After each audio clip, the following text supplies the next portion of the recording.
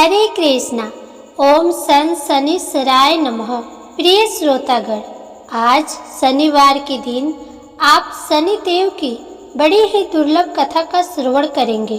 कहते हैं शनि देव जिस पर भी मेहरबान हो जाए उसका जीवन संवर जाता है। उस व्यक्ति को शनि देव की कृपा से धन संपत्ति सुख मान सम्मान सब कुछ मिल जाता है और उसके जीवन में शांति और सुकून का वास होता है, कामयाबी मिलती है। वहीं अगर शनि देव का अशुभ प्रभाव व्यक्ति के जीवन पर दिखता है तो जीवन दुख और कष्टों से भर जाता है। इंसान की सफलता उसकी प्रगति रुक जाती है, व्यवसाय में बाधा हो जाता है, घर में कलह कलेश होने लगता है और मान सम्मान में भी कमी आ जाती है। शनि देव भगवान सूर्य और उनकी पत्नी छाया के पुत्र है। ब्रह्म पुराण के अनुसार बचपन से ही शनि देव भगवान श्री कृष्ण के भक्त थे। व्यक्ति के अच्छे और बुरे हर कार्य के पीछे शनि देव का हाथ होता है। अगर शनि कुंडली में उत्तम अवस्था में है तो व्यक्ति को बहुत ही कम समय में बड़ी सफलता मिल जाती है। शनि हर व्यक्ति के जीवन में अहम भूमिका निभाते हैं। अगर आप शनि देव की कृपा प्राप्त करना चाहते हो तो हर शनिवार के दिन शनि देव की पूजा करके शनि देव की कथा भी जरूर सुननी चाहिए। तो प्रिय श्रोताओं, आज की इस वीडियो में आप सुनने जा रहे हैं श्री शनि देव की कथा। शनि देव निश्चित ही आपकी मनोकामना पूर्ण करेंगे। एक समय सूर्य चंद्रमा मंगल बुध बृहस्पति शुक्र शनि राहु और केतु इन 9 ग्रहों में आपस में विवाद हो गया कि हम में से सबसे बड़ा कौन है। सब अपने आप को बड़ा कहते थे। जब आपस में कोई निश्चय न हो सका तो सब आपस में झगड़ते हुए देवराज इंद्र के पास गए और कहने लगे कि आप सब देवताओं की राजा हैं, इसलिए आप हमारा न्याय करके बतलाएं कि हम 9 ग्रहों में सबसे बड़ा ग्रह कौन है। देवराज इंद्र देवताओं का प्रश्न सुनकर घबरा गए और कहने लगे कि मुझ में यह सामर्थ्य नहीं है कि मैं किसी को बड़ा या छोटा बतला सकूं। मैं अपने मुख से कुछ नहीं कह सकता। हाँ, एक उपाय हो सकता है। इस समय पृथ्वी पर राजा विक्रमादित्य दूसरों के दुखों का निवारण करने वाले हैं, इसलिए आप सब मिलकर उन्हीं के पास जाए, वही आपके विवाद का निवारण करेंगे। सभी ग्रह देवता देवलोक से चलकर भूलोक में जाकर राजा विक्रमादित्य की सभा में उपस्थित हुए और अपना प्रश्न राजा के सामने रखा। राजा विक्रमादित्य ग्रहों की बात सुनकर गहरी चिंता में पड़ गए कि मैं अपने मुख से किसको बड़ा और किसको छोटा बतलाऊंगा। जिसको छोटा बतलाऊंगा वही क्रोध करेगा। उनका झगड़ा निपटाने के लिए उन्हें एक और उपाय सोचा और सोना चांदी कांसा पीतल सीसा रंगा जस्ता अभ्रक और लोहा 9 धातुओं के 9 आसन बनवाए। सब आसनों को क्रम से जैसे सोना सबसे पहले और लोहा सबसे पीछे बिछाया गया। इसके पश्चात राजा ने सब ग्रहों से कहा कि आप सब अपना अपना आसन ग्रहण करें।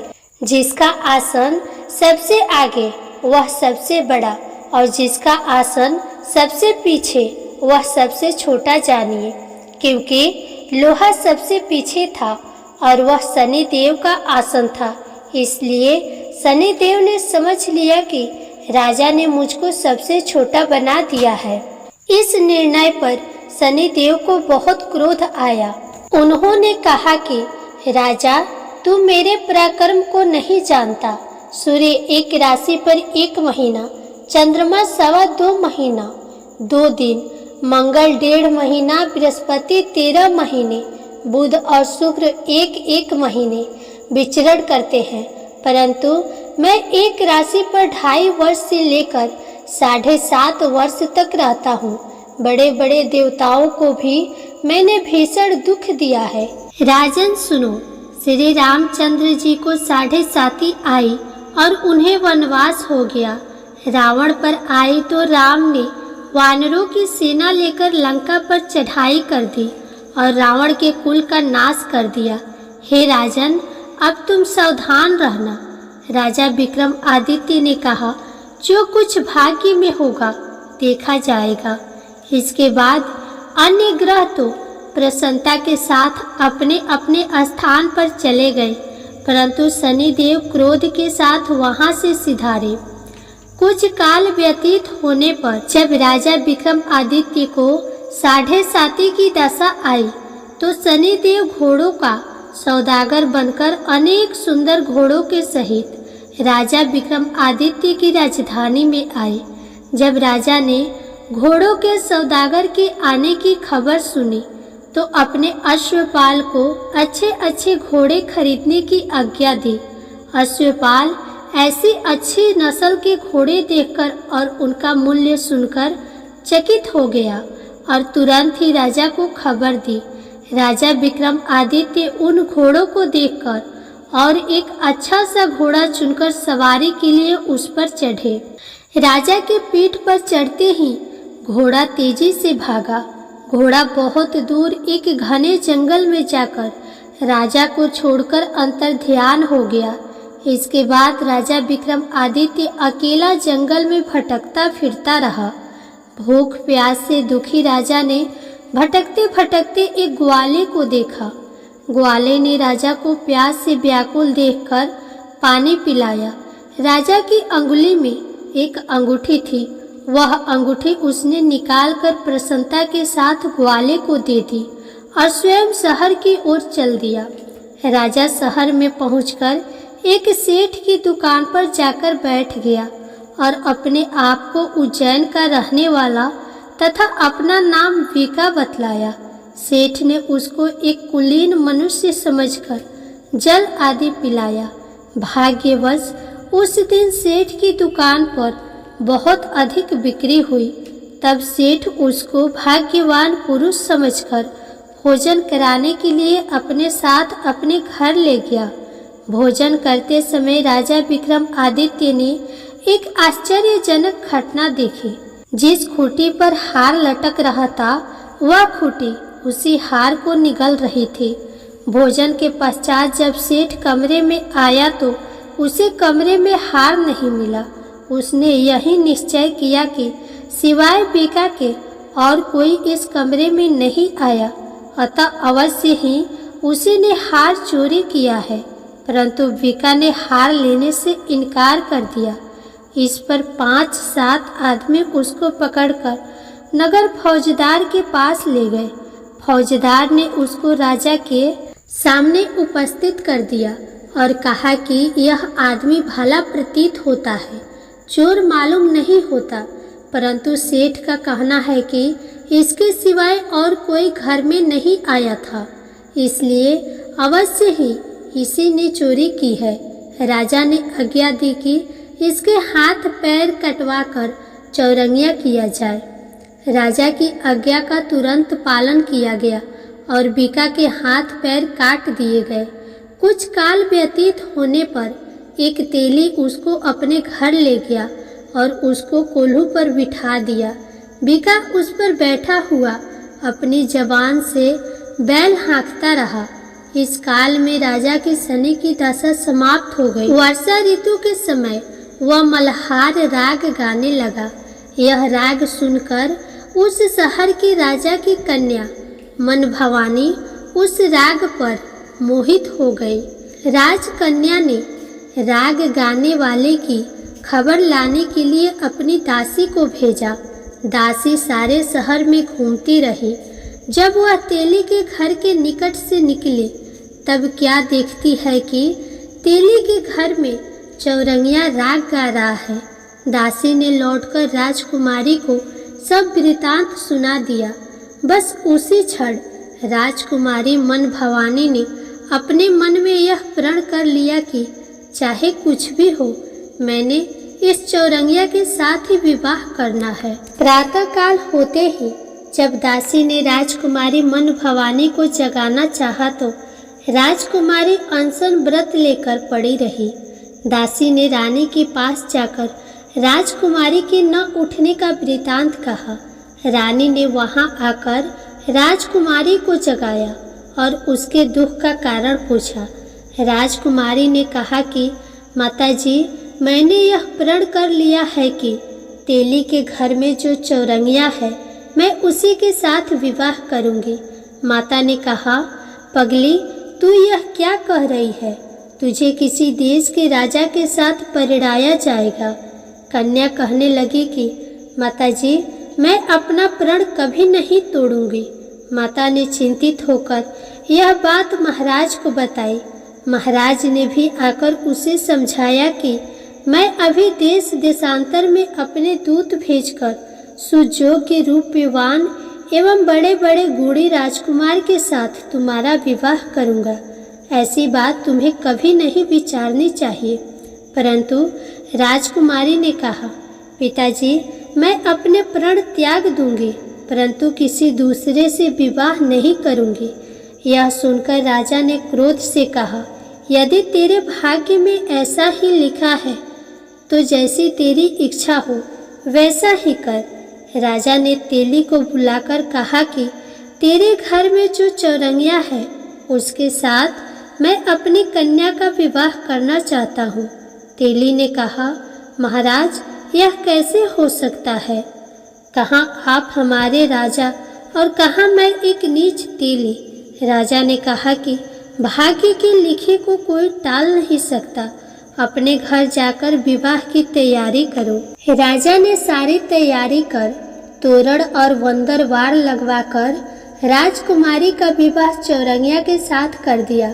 रात्रि को जब विक्रमादित्य और राजकुमारी महल में सोए तो आधी रात के समय शनिदेव ने विक्रमादित्य को स्वप्न दिया और कहा कि राजा, कहो, मुझको छोटा बतलाकर तुमने कितना दुख उठाया।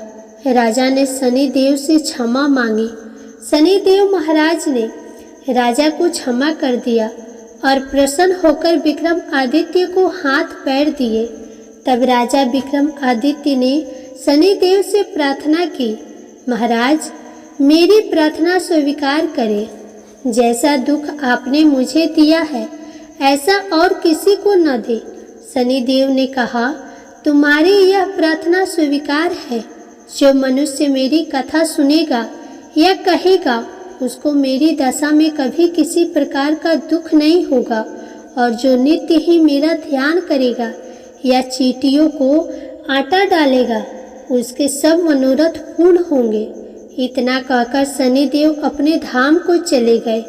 जब राजकुमारी मन भवानी की आंखें खुली और उसने चौरंगिया को हाथ पांव सहित देखा तो आश्चर्यचकित हो गए। उसको देखकर राजा विक्रमादित्य ने अपना समस्त हाल कहा कि मैं उज्जैन का राजा विक्रमादित्य हूँ।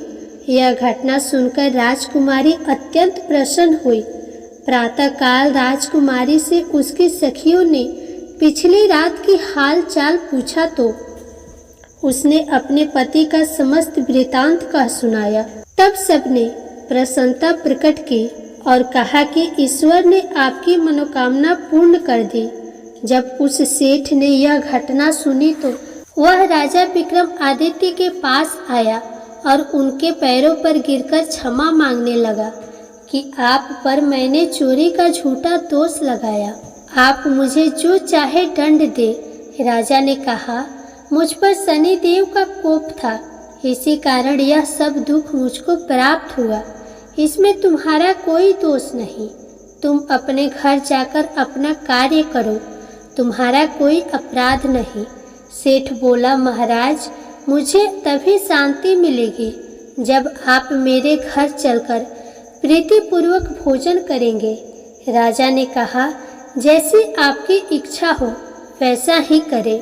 सेठ ने अपने घर जाकर अनेक प्रकार के सुंदर व्यंजन बनवाए और राजा विक्रमादित्य को प्रीति भोज दिया। जिस समय राजा भोजन कर रहे थे, एक अत्यंत आश्चर्यजनक घटना सबको दिखाई दी। जो खूंटी पहले हार निगल गई थी, अब वह हार उगल रही थी। जब भोजन समाप्त हो गया तो सेठ ने हाथ जोड़कर बहुत सी मोहरे राजा को भेंट की और कहा, मेरी श्री कौरी नामक एक कन्या है, उसका आप पाणी ग्रहण करें। राजा विक्रमादित्य ने उसकी प्रार्थना स्वीकार कर ली। तब सेठ ने अपनी कन्या का विवाह राजा के साथ कर दिया और बहुत सा दान दहेज आदि दिया। कुछ दिन तक उस राज्य में निवास करने के पश्चात राजा विक्रमादित्य ने अपने ससुर राजा से कहा कि अब मेरी उज्जैन जाने की इच्छा है। कुछ दिन बाद विदा लेकर राजकुमारी मन भवानी, सेठ की कन्या श्री कौरी तथा दोनों जगह दहेज में प्राप्त अनेक दास दासी, रथ और पालकियों सहित राजा विक्रमादित्य उज्जैन की तरफ चले। जब वे शहर के निकट पहुँचे और पूर्ववासियों ने राजा के आने का संवाद सुना तो उज्जैन की समस्त प्रजा अगवाने के लिए आई। प्रसन्नता से राजा अपने महल में पधारे। सारे नगर में भारी उत्सव मनाया गया और रात्रि को दीपमाला की गई। दूसरे दिन राजा ने अपने पूरे राज्य में यह घोषणा करवाई कि शनि देवता सब ग्रहों में सर्वोपरि है।